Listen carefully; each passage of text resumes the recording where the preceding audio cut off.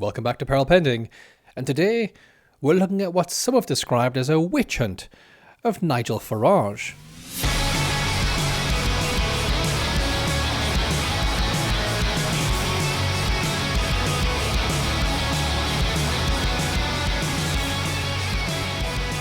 A witch hunt, accountability, reasonable scrutiny, these are all just synonyms that you can interchange depending on what colours your political party are.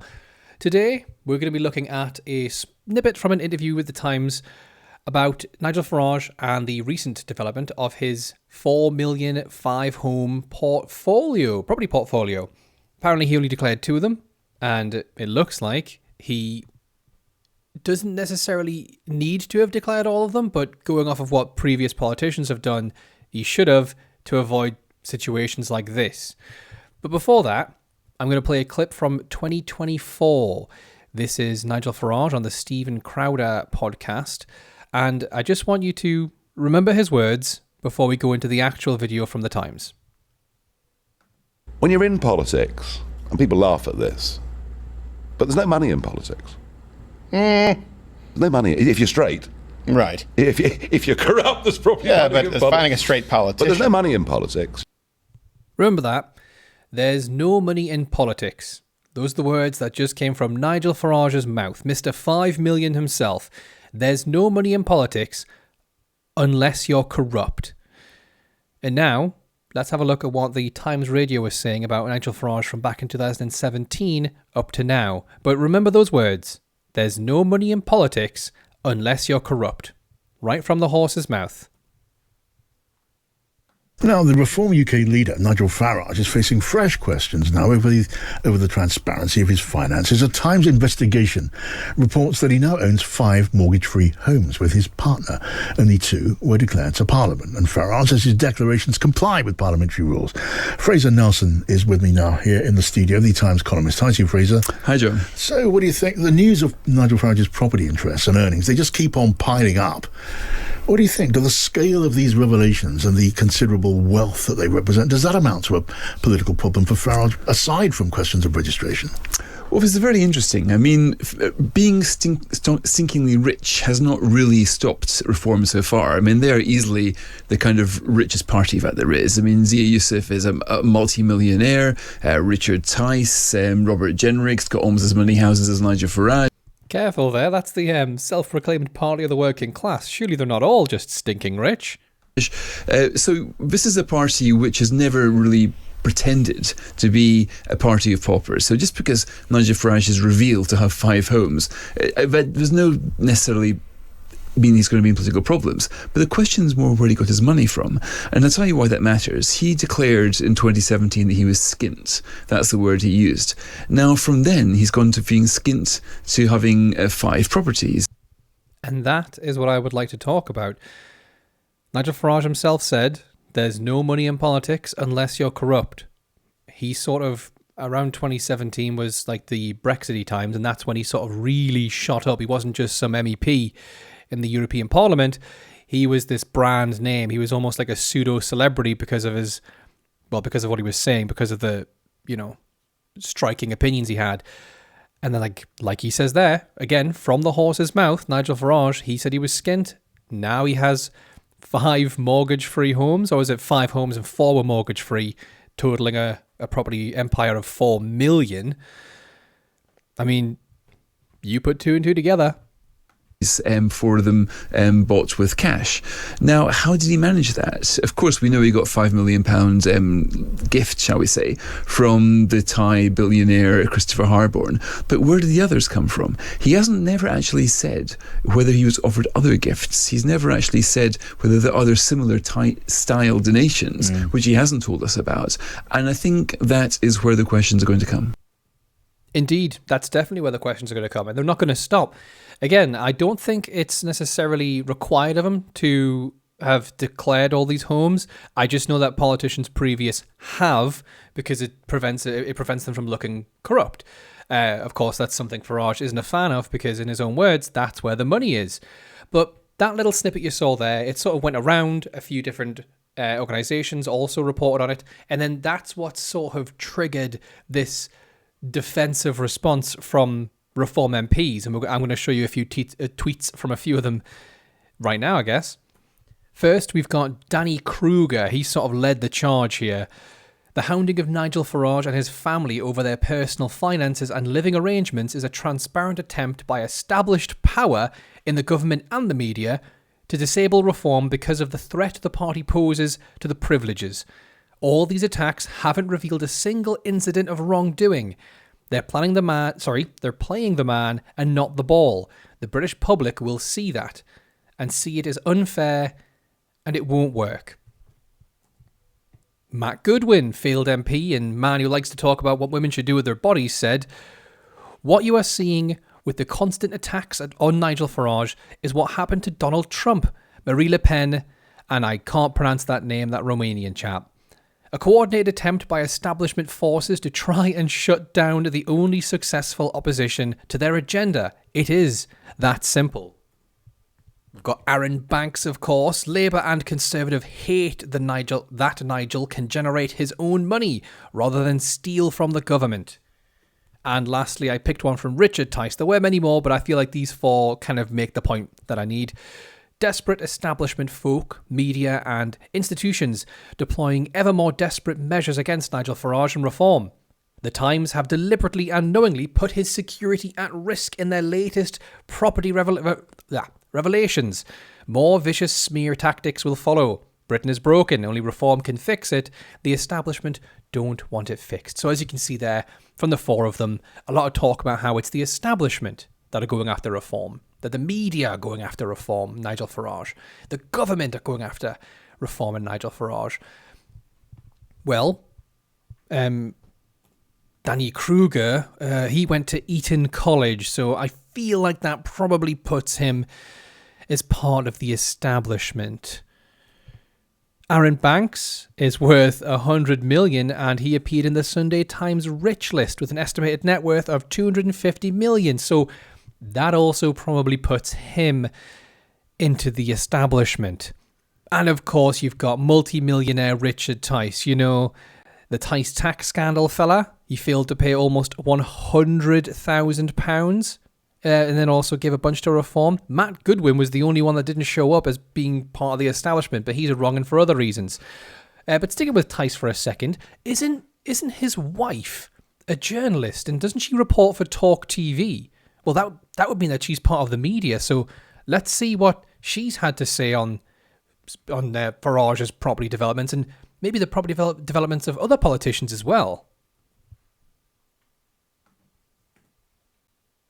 So let me just be very plain about this. I smell a massive rat with the purchase of this property, and I don't think it stops at the stamp duty. I honestly don't see why it's anyone's business how Nigel paid for a house. You know, why should people know how he paid, what pot of money he used, you know? Ooh, that's awkward. Whoa, so the media... again, Richard Tice, member of the establishment, his wife in the media, it seems like they were unhappy with Angela Rayner purchasing a house, but they were perfectly fine with Nigel Farage purchasing a house. Ooh, that's awkward. That really puts a bit of a stink on it, doesn't it? Oh, okay, so maybe the media isn't talking about it. Well, surely nobody else is going to be talking about other gifts that didn't cost anywhere near 5 million. Oh, it's Talk TV again. And oh, look at this. This is when they were talking about Keir Starmer's 20k field that he bought for his ill mother so she could put donkeys in it. Well, surely they're going to say that everything was above board and absolutely fine because, I mean, that was only 20k and they were fine with the 5 million. Let's see what they've got to say. He says it was a gift to his mum and dad. It wasn't a gift because he didn't declare it as a gift, because if he had, it would have been subject to inheritance tax very possibly later when he made 300,000 quid. He kept it and it was a loan, which is basically an implied trust. And everybody who knows anything about these things, and I've been speaking to them this morning, have told me that, right? He also then says, that it was something that he wanted to do for his parents because 20,000 wasn't very much money. In 1996, £20,000 was more than the average salary of an average worker in this country.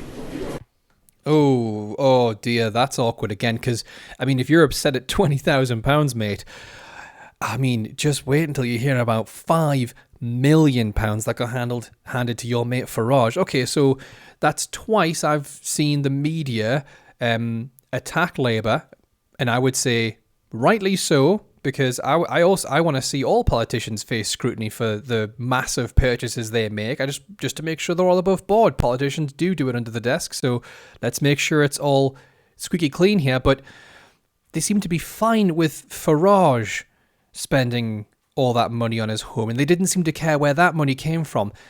Oh, that's awkward. Well, maybe the man himself, maybe Nigel Farage, he surely hasn't been sort of like scrutinising and attacking other MPs for taking, once again, things that are far less in value than a £5 million donation and, you know, a lot of homes. But he's had a whole load of suits and even glasses paid for by a donor. It looks like someone on the take. And the one thing the British public can't stand is hypocrisy. So I bought them myself. It's amazing. That's not good as well. Okay, so that's Nigel Farage there criticising Keir Starmer for taking gifts. Again, rightly so. They should be allowed to criticise him for taking gifts. I don't think he should be taking these gifts. But I mean, those suits and those glasses, they cost a considerable amount less than that £5 million that just the other week, Farage, you said nobody cares about. Okay, well, maybe that's it. Maybe he just made the one appearance. Maybe he didn't make a whole big thing about just a pair of glasses. Surely not.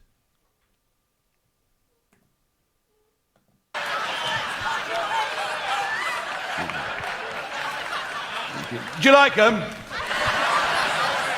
Very expensive. But guess what? I bought them myself. How about that? Right. Okay. So for a while, you essentially made those glasses your entire personality. And then, again, in my opinion, that's absolutely fair. You can do that. That's fine. Criticize them. I don't think you should have taken the gift. But then for your own party, when essentially doing the exact same thing to you, they come out and say it's an attack. It's hounding. They're going after your personal finances. Well, they all didn't seem to speak up when people were talking about Starmer and the small little donkey field for his ill mother. Again, 20k is quite a bit. I wouldn't mind a 20k field, but compared to 5 million, compared to a 4 million property portfolio, it's not that much. It's not that much. And this is what this whole video is about. The media, the government, the public, we will always criticize politicians who make stonking amounts of money, especially when they try to say that they understand the struggles of the working class. Remember when Rishi Sunak got his pool put in, and he did pay for the upgrade to the electrical grid, but still, it was at a time when they were removing the freeze on energy bills and we were going through a fuel crisis, so people were going to have to choose between heating and eating, and here's Rishi Sunak, richer than the king, having a private pool installed and paying to have the grid improved. People criticised that. I didn't see Danny Kruger, who was a Conservative at the time, saying people shouldn't. Or how about something a bit more closer to what this is? Remember when Jeremy Hunt said he forgot about his, it was like 10 or 12, maybe, flats? He forgot about them. That was in the news for quite a while. Farage, Tice, Aaron Banks, Matt Goodwin, Danny Kruger. None of these people were saying that we shouldn't be criticising this. They were all silent on this. So Kruger, when you say that people are hounding Nigel Farage and his family, first of all, no one's mentioned his family, and they're just asking legitimate questions about why he didn't declare them, and if somebody who has so much money can really be a voice for the working class. When you say the government and the media are trying to disable reform, I'm sorry, is scrutiny disabling you? Are you the party that every other party, they can face questions, but because I guess you're not in power yet, you can do whatever you want, and then once you get into power, then we can start asking questions. Well, what would be the point in that? You're just going to do exactly the same. You just would have gotten away with it beforehand. You're calling these attacks, they're just questions. Nobody's been harmed. Nobody's been put at risk here. All of this information was publicly available. That's how the Times managed to get a hold of it. And you say that they're not playing the man.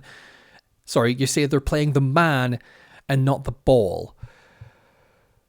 Personally, I don't even understand what that means. Danny, you're talking at your arse. People can criticize this. People can ask questions of this. And when you all decide to round up and start trying to defend Nigel Farage over very basic questions about his finances, especially considering in his own words, he was skint in 2017 and only corrupt politicians make money, I think we're due a few answers.